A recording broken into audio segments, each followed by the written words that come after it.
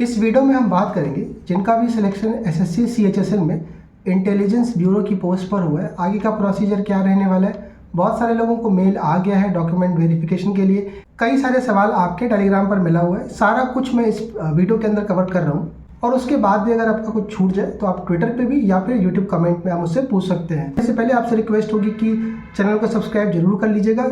नीचे Twitter profile का link दिया हुआ है, ये पूरा डिटेल वीडियो का आर्टिकल मैं वहाँ पोस्ट कर दूंगा, आप एक बार पढ़ लीजिएगा उसको।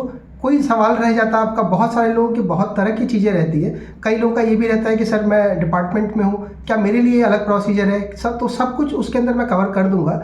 और फिर भी कुछ रह जाएगा आपका तो आप मुझे वहाँ पर पूछ सकते हैं, ट्विटर पर भी नीचे लिंक पोस्ट किया हुआ है, तो आप एक बार जरूर मुझे फॉलो कर लीजिएगा। तो सबसे पहले मैं बता दूं कि इंटेलिजेंस ब्यूरो की तरफ से ईमेल आ चुका है, और जिनको भी आ गया है मेल एक बार बताइएगा कमेंट सेक्शन में। अगर आपका नहीं आया है वेट कर लीजिएगा, जल्दी आपको मेल मिल जाएगा। उस ईमेल के अंदर आपको कौन कौन से डॉक्यूमेंट्स ले जाना है, बाकी इंस्ट्रक्शन दिए हुए हैं। एक बार पूरा आप आराम से पूरा डिटेल एक एक करके पढ़ लीजिएगा। ये आगे के लिए भी ज़रूरी रहता है, क्योंकि अगर आपका ये फर्स्ट जॉब है, आगे आप दूसरी कोई भी जॉब ज्वाइन करेंगे तो ये सेम कॉमन प्रोसीजर रहता है। ये जो अटेस्टेशन फॉर्म आपको मिला हुआ है, ये आप अपना जो एड्रेस है जहाँ आपका डाकघर है वहाँ बता दीजिएगा कि अगर कोई आपके नाम से कोई लेटर आता है तो आपको वो बता दे, अपडेट कर दे। बाकी अगर नहीं मिलता है तो जो ईमेल पे आया हुआ है या किसी अदर कैंडिडेट को भी आया हुआ है, आप वो सैंपल डाउनलोड करके और जो कुछ भी फिल करना है भर के आपको 24 अप्रैल को बुलाया गया है। शायद डेट एक बार कंफर्म करिएगा जो लोग मुझे सुन रहे होंगे। आप उस दिन जाकर के प्रेजेंट रहिएगा। ऑफिस टाइम जो रहता है जनरली 9:30 बजे का टाइम रहता है। 10 बजे आप 10 से लेकर के 4-5 बजे तक के बीच में आप कोशिश करिएगा। अर्ली मॉर्निंग ही कैंडिडेट पहुंचते हैं, बिकॉज टीवी का जो काम होता है वो स्टार्टिंग में ही रहता है आपका, तो आप वहां जाकर के अपना डीवी करवा लीजिएगा। बात करें हम डॉक्यूमेंट्स को लेकर के, देखिए डॉक्यूमेंट्स में आपको अपने ओरिजिनल सारे डॉक्यूमेंट्स 10th 12th ग्रेजुएशन अगर आपने कर रखी है तो ग्रेजुएशन का मार्कशीट सर्टिफिकेट, और अगर पर्टिकुलर किसी कास्ट से बिलोंग करते हैं तो आपकी कैटेगरी सर्टिफिकेट, ये जो आपके ओरिजिनल डॉक्यूमेंट्स है ये आपको चाहिए वहाँ पर।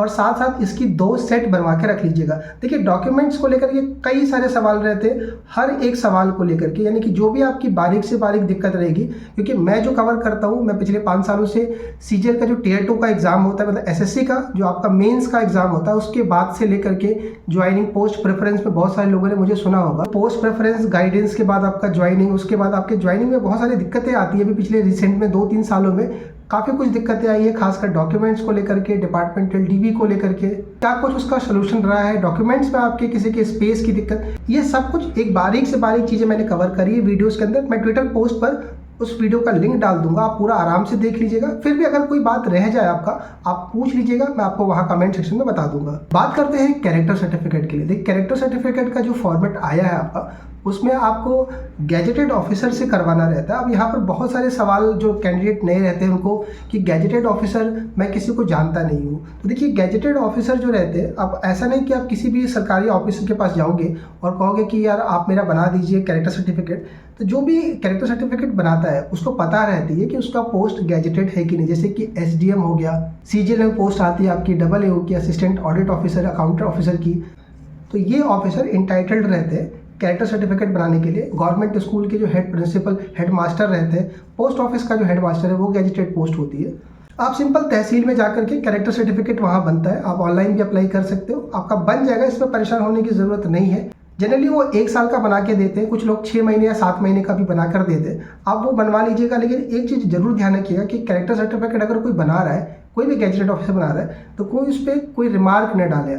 अभी रिसेंट ईयर में कुछ दिक्कत देखने को मिली कि अभी इनकम टैक्स की मैं बताऊँ तो कैंडिडेट का ऐसा लिख दिया था, रिमार्क डाल दिया था SDM ने, तो उसका फिर मिनिस्ट्री ने क्या किया, उनके डिपार्टमेंट ने क्या किया, उसको हेड ऑफिस भेजा था क्रॉस वेरिफिकेशन के लिए, और उनकी ज्वाइनिंग होल्ड पर रख दी गई। अगर ऐसा होता है केस तो आप दोबारा किसी दूसरे गैजेटेड ऑफिसर से बनवा लीजिएगा, बहुत ज़्यादा कैरेक्टर को लेकर पैनिक होने की ज़रूरत नहीं है। बात कर लेते हैं मेडिकल को लेकर के। देखिए जो आपको अटेस्टेशन फॉर्म ईमेल के द्वारा रिसीव हुआ है, उसमें कहीं भी मेडिकल का अटैचमेंट नहीं है। तो अभी आप सिर्फ अटेस्टेशन फॉर्म को भर के सारी अपनी डिटेल्स, एक डिटेल्स आप सही भरिएगा। जो आपने SSC में भरा था, कुछ गड़बड़ हो गई होगी, उसको आप सही कर लीजिएगा।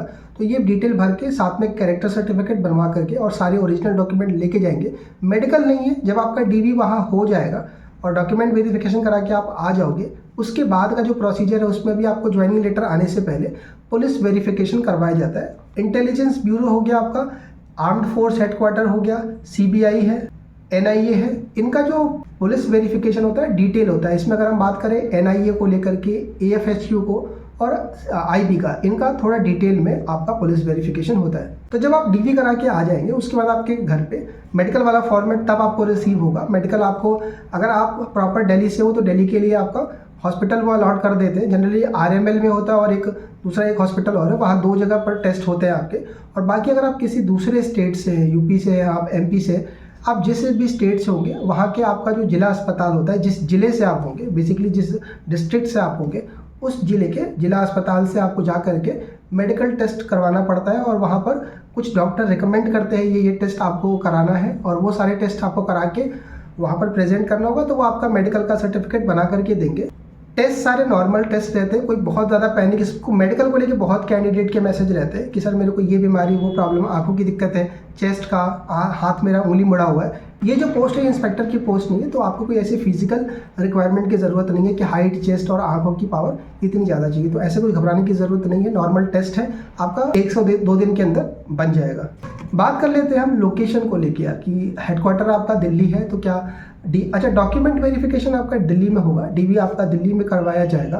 तो लोकेशन देखिए, आपका जो रिसेंट पिछले सालों में अगर हम देखें 2020 के अगर मैं बात करूं तो इंटेलिजेंस ब्यूरो की पोस्टिंग ऑल इंडिया में आई है, नॉर्थ ईस्ट की तरफ भी, एमपी में, और बाकी अदर स्टेट के जो कैपिटल है इसके ऑफिस की जो पोस्टिंग होगी हर स्टेट के कैपिटल में आपको जनरली मिलेगी, तो वहाँ पर पोस्टिंग देखने को मिली है। इसमें खासकर दिक्कत आएगी जो मेल कैंडिडेट होते हैं, मेल कैंडिडेट को जनरली वो दूर ही रखते हैं। उसका देखो रीज़न ये रहता है कि एलडीसी की जो पोस्ट होता है मैक्सिमम कैंडिडेट ज्वाइन करते हैं, बहुत जल्दी रिजाइन कर देते हैं, उनका या तो सीजीएल की पोस्ट पर या हाई ग्रेड पे की पोस्ट पर सिलेक्शन हो जाता है। और जो नए कैंडिडेट आते हैं उनको जॉब की ज़रूरत रहती है, और जो उनके रीजनल ऑफिसेस है, बाकी जो अदर स्टेट के जो ऑफिसेस है, वहाँ स्टाफ की दिक्कत रहती है, इस वजह से नए कैंडिडेट को वो वहाँ पर पोस्ट करते हैं। दिल्ली जो है वो हॉट स्पॉट है, हर एक कैंडिडेट चाहता है कि वहाँ पर दिल्ली में पोस्टिंग मिले। आप सभी लोग, चाहे आप यूपी के भी होंगे, बिहार के होंगे, राजस्थान के होंगे, आपकी भी टॉप प्रायोरिटी दिल्ली के लिए रहेगी। इस वजह से क्या रहता है, नए कैंडिडेट का लोकेशन का थोड़ा इशू रहता है। मार्च के महीने में आपका ट्रांसफर रहता है बहुत सारे लोगों का, तो उसकी वजह से भी इधर उधर पोस्टें होती है। तो आपको लोकेशन जो आपको देखने को मिलेगा वो उसी के अकॉर्डिंग चांसेस है कि बहुत सारे लोगों को दिल्ली भी मिल जाएगी। देखिए, इंटेलिजेंस ब्यूरो के अंदर पुलिस वेरिफिकेशन बहुत डिटेल में होता है। जो एड्रेस आपने अटेस्टेशन फॉर्म में भर के दिया होगा वहाँ पर आपका पुलिस वेरिफिकेशन करवाया जाता है, डिटेल में होता है। बाकी अगर आप पोस्ट में देखोगे तो कई बार वो फ़ोन करके थाने ही बुलवा लेते हैं, लेकिन इसमें बाकायदे आपके घर पे कांस्टेबल आता है, आपका पूछताछ होती है, उसके बाद आपका वो बना करके अपने एंड से वहाँ पर आईबी का जो हेड ऑफिस है उनको भेजा जाता है। पुलिस वेरिफिकेशन वाला प्रोसेस होता है, इसी में समय लगता है। ये एएफएचक्यू की देरी का कारण यही रहता है, और आईबी में भी लेट का कारण यही रहता है। देखिए, अभी आगे वाले टाइम जो है आपका अगला जो मंथ आने वाला है उसमें चुनाव है, तो हो सकता है कि पुलिस वेरिफिकेशन में देरी देखने को मिलेगी आपको।